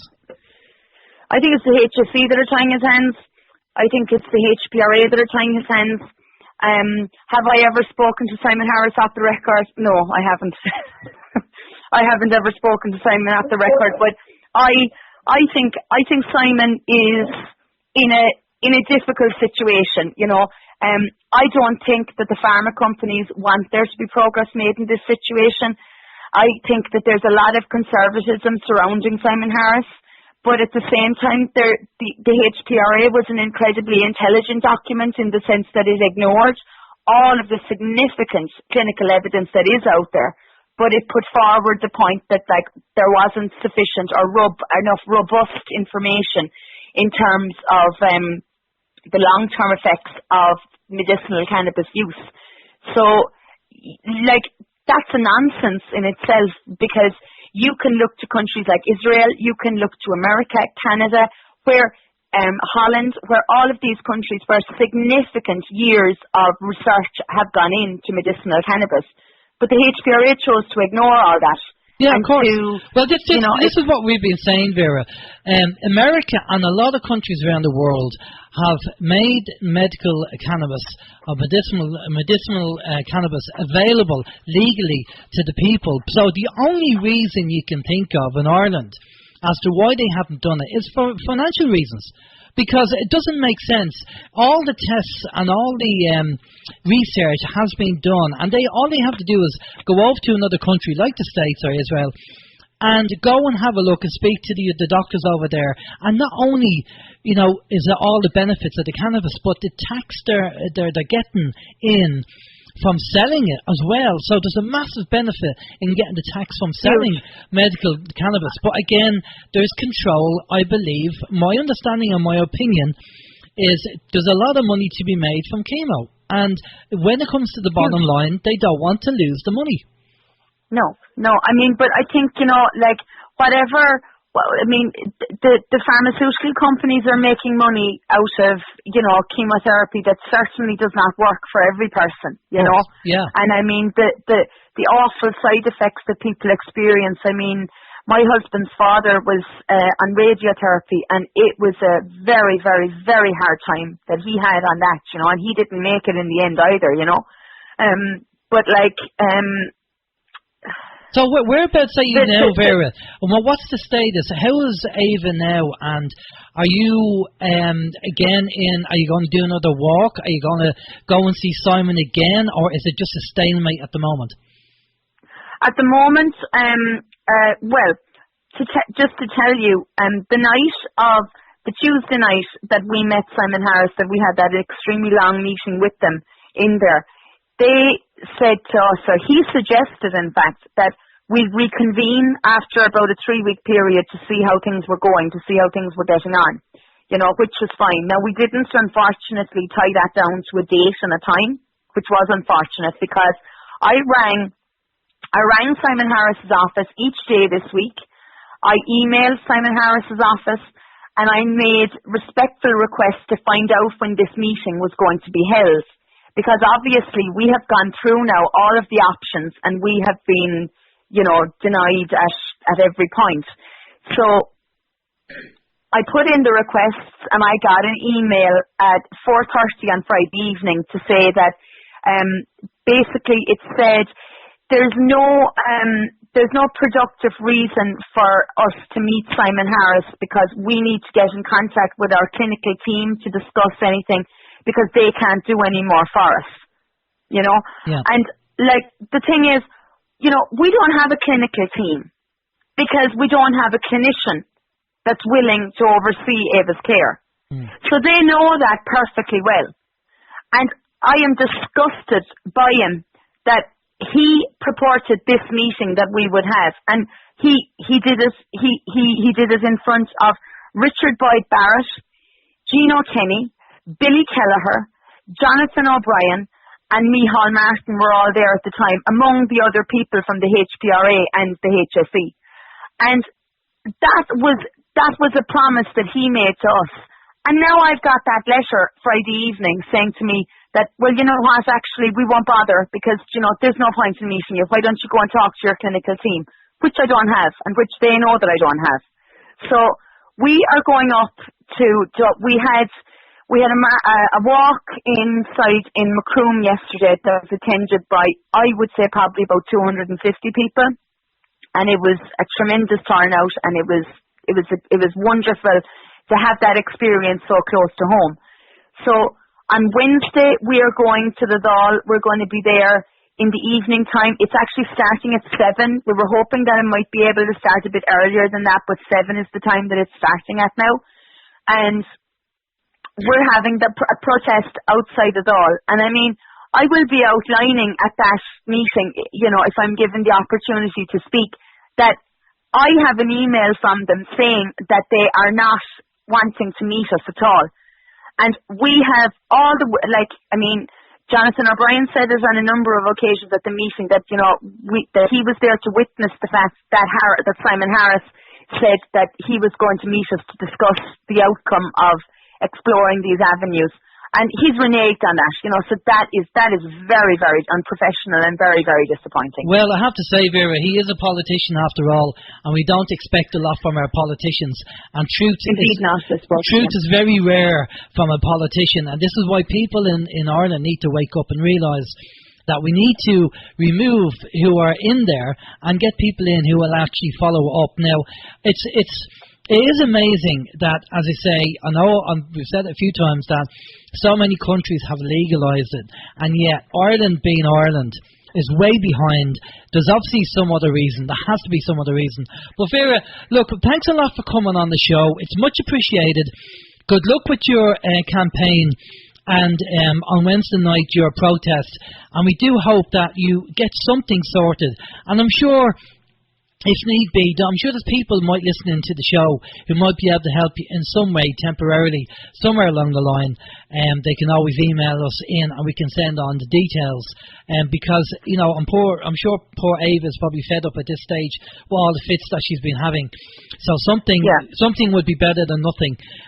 But listen, good luck with your campaign. I'm going to pass you over to Steve, and Steve's going to get any details that you need to put out to let people know what's going on.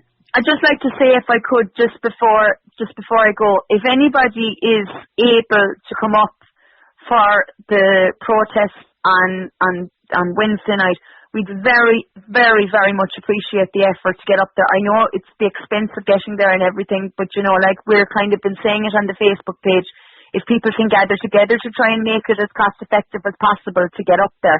And it's a peaceful protest, and we have a lot of friends of ours that are very interested in music and things like that. So we're hoping that if there's anybody coming that, is good on the whole, I don't know, any one of their favourite instruments, anything at all, that they'll come and that they'll play something or do something above, because we want to make it as special as possible. You know, it's such a serious issue that, you know, we need everybody's support, because we really are up against it with the government and the HSE at the moment. So everybody's attention, and anybody out there that would like to email Simon Harris, it's simon.harris@oir.ie.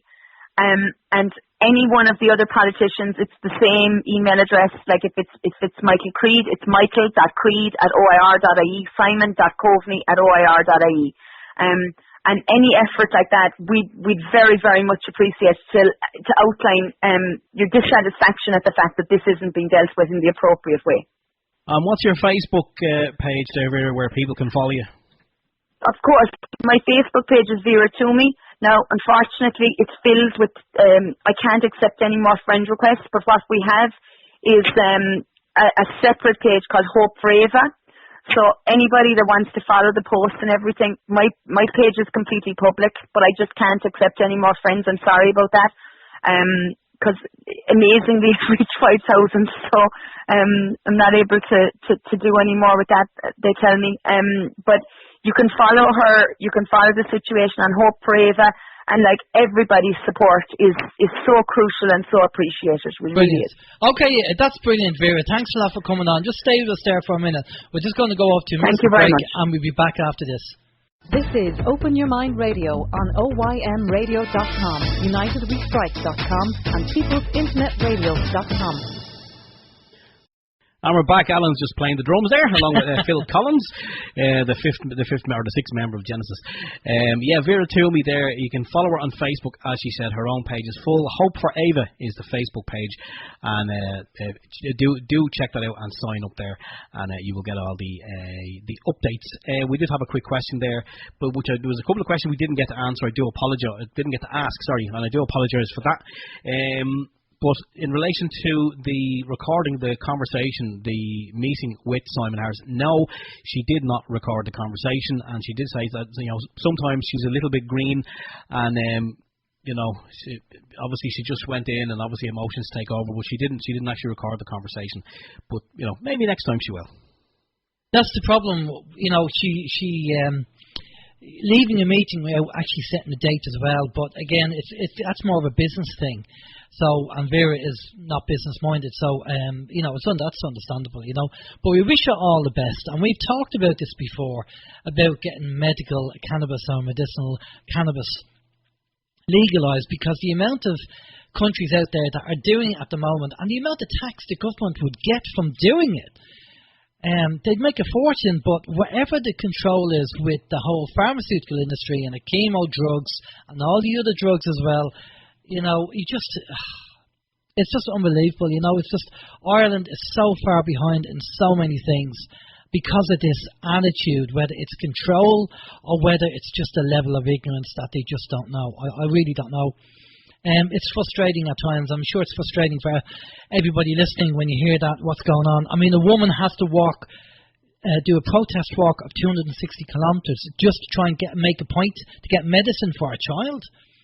You know, what kind of society are we living in? And these people are in government, supposed to be supporting the people. You know, and of course there's people out there still voting for them. Fianna Fáil, Fine Gael, Labour, we're still going to vote for them like a bloody football team. I don't know, I give up. I really do. Anyway, I was going to say, you pull your hair out, but we don't have any to pull out, Steve, so... No. Right, okay, now, next week, we're going to have Thomas Williams on the show. We're going to catch up. There's been a massive amount of intel coming in. And Thomas has so much intel that he had to break up his show. So the show we did last Thursday, he's doing another show today, believe it or not, at 9:30 GMT. So I'm going to read out the web address here. You'll have to replay the podcast, but Steve, if you can type that in, you have the link there, yeah? If you type it, Steve's going to chat in the link in the chat room there. It's spreaker.com/show/THI-special-show-humanity-unplugged-2.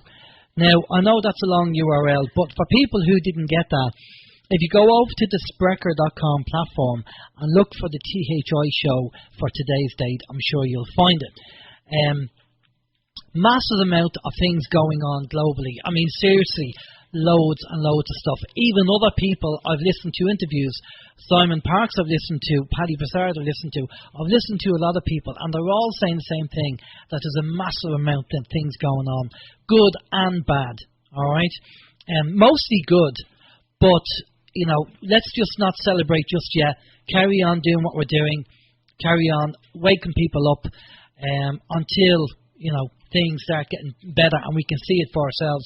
Because it's great that we're hearing that things are getting better, but until we start seeing them getting better and we start seeing the chemtrails going and visual signs of them getting better, you know, we'll carry on doing what we're doing. I think that's fair comment, Steve. Unfortunately, it could be wishful thinking because, well, we had a couple of months back. If you remember, we thought the chemtrails had gone because we hadn't seen them in a while. But then, you know, it just all comes back too soon. It's just, it gets to me, and I'm sure it gets to a lot of people, that we seem to be fighting, and we don't really see a lot of real change. We may have the occasional victory, if it can be called a victory, but dealing with the likes of I don't know, the government, we'll call them the government is because I want a better word. It seems to be, you know, for every little step you take forward, there's two steps backwards, and it looks like it's a losing battle. That's how I see it most of the time. You know, I mean, there's Vera Twomey and her husband and her daughter. There's supposed to be so many leaps and bounds made medicinally, and there's a girl who's having, as her mother said, 500 fits a month. I couldn't imagine what that must be like. But I can safely say, and I'm sure every parent out there would be in agreement, that if our children were going through the same as what the Toomeys are going through, we would obviously do the same. We would be very disillusioned with the government. We would fight tooth and nail. But it just seems like the government's hands are tied. And our hands are tied. I mean, why are the government's hands tied? Because obviously big pharmaceutical companies. Yeah, and the money being made from the chemo drugs and all the other drugs that are going on. That's the thing. Well, now, chemo creates customers, right? Well, of course, patients are customers. They want customers. You know, they don't want people to be healthy. And you know, doctors as well. Well, they treat the actual symptom, not the cause. Yeah. And that's the problem, and that's what the drugs seem to be doing as well.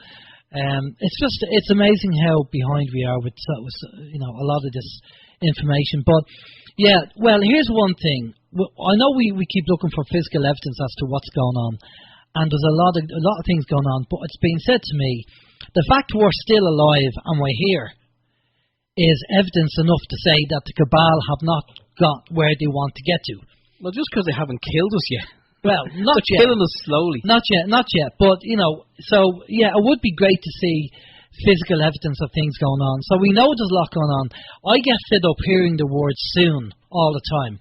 If I hear that word again, soon, everything's, soon. 5 years ago, I heard the word soon. It's coming, or it's going to happen, or whatever, yeah. Well, you know, we'll just keep doing what we're doing until the time comes where we're not needed. And hopefully that's soon. But God knows when that's going to be. Anyway, we're going to let you go. And as I say, Thomas, 9:30 GMT. So you got half an hour to have a coffee break and pop over to Sprecher and have a listen to Thomas's intel. I'm sure it's going to be quite interesting. But he will be on the show next week, and we'll catch up with Thomas then. From myself, Alan James, take it easy, stay safe. If you have any news, email us, let us know. Take care. Bye-bye. Yeah, okay. From myself, it's been fun. I do apologise again for the audio issues. I can only put it down to my internet connection. I look at it and see if I can do something. Maybe you just need to kick the equipment before we do it from here the next time. But I do apologise, and look, we'll probably be back in Studio 1 next week where everything works as it's supposed to. But well, I have to say the new Sam has worked a treat anyway, so I can't fault that. Okay, it's 9 o'clock. We're going to sign off. Going to say sayonara. See you next week. From myself, Stephen George. Take care. Bye-bye.